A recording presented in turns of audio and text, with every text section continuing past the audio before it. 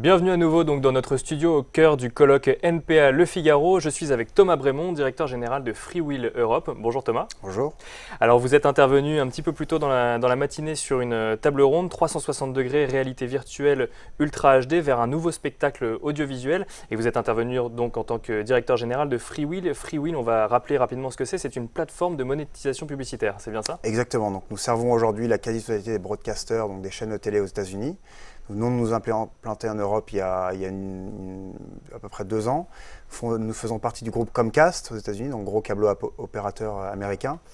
Et notre but est de faciliter la monétisation des contenus, on va dire, non linéaires aujourd'hui pour les chaînes de télé. En Europe et dans le monde.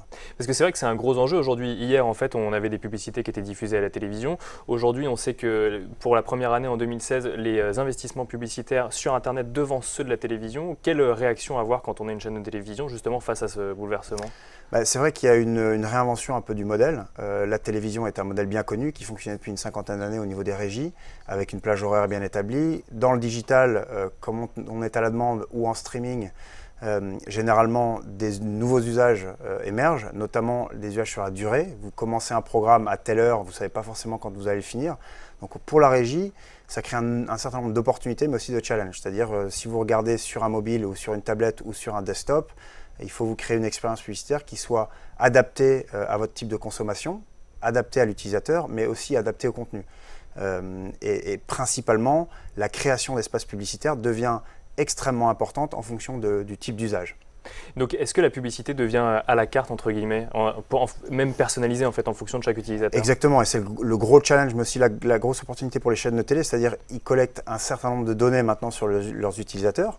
Sur la télé, aujourd'hui, on ne peut pas forcément encore faire d'adressabilité, de mettre une publicité en face d'un utilisateur.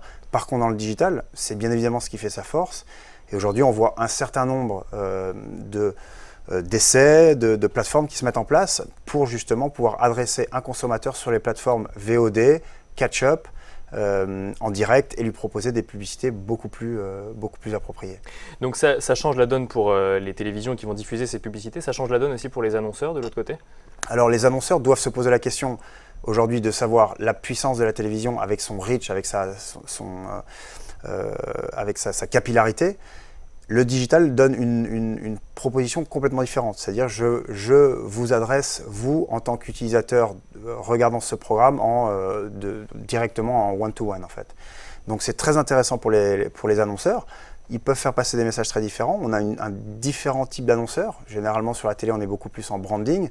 Sur le digital, on est beaucoup plus en produits coupons, en direct response. Donc ce n'est pas les mêmes en fait qui communiquent via ces deux canaux? Il peut y avoir les mêmes si ça fait partie d'une stratégie groupe, une stratégie type antenne.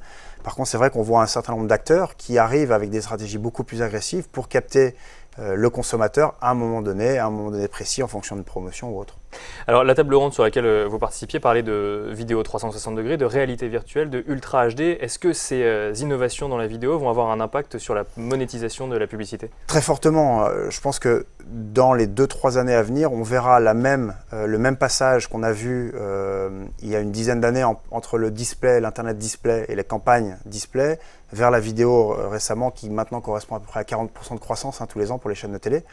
La problématique du passage du display à la vidéo a été concrètement assez bien compris, même si techniquement elle est compliquée. C'est-à-dire comment est-ce que je gère un utilisateur qui a une interaction avec un programme pendant X minutes, ça peut être jusqu'à 48 minutes pour une série télé, et quelle opportunité publicitaire j'insère dans ce programme de 48 minutes. La réalité virtuelle ou augmentée propose un nouveau paradigme qui est de dire finalement je suis dans une relation directe avec le programme, qui est sur la durée, donc c'est très proche de la vidéo.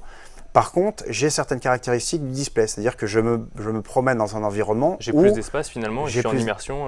Exactement, et je peux avoir une réponse beaucoup plus directe avec un produit qui m'est proposé. Donc on a vraiment la combinaison de ce qui a rendu le digital très puissant en fait.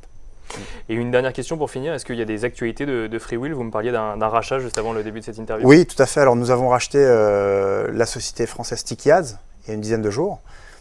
Donc là où Freewheel est très, très fort aujourd'hui aux États-Unis et en Europe, c'est la possibilité de manager ou de gérer, pour une régie, de gérer tout son inventaire gré à gré, donc les ventes et les relations avec les annonceurs en direct. Sticky Ads est très fort sur une partie très, très spécifique du marché qui est celle du RTB, du programmatique.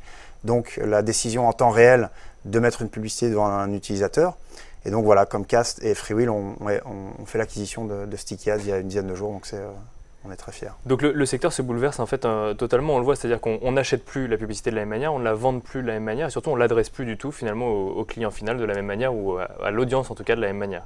Exactement. En fait, ce que le digital a permis de faire monter en puissance, c'est l'automatisation des process. Donc comment aujourd'hui une régie peut maximiser son temps de vente aux régies et ne pas forcément utiliser des outils qui sont très lourds, etc.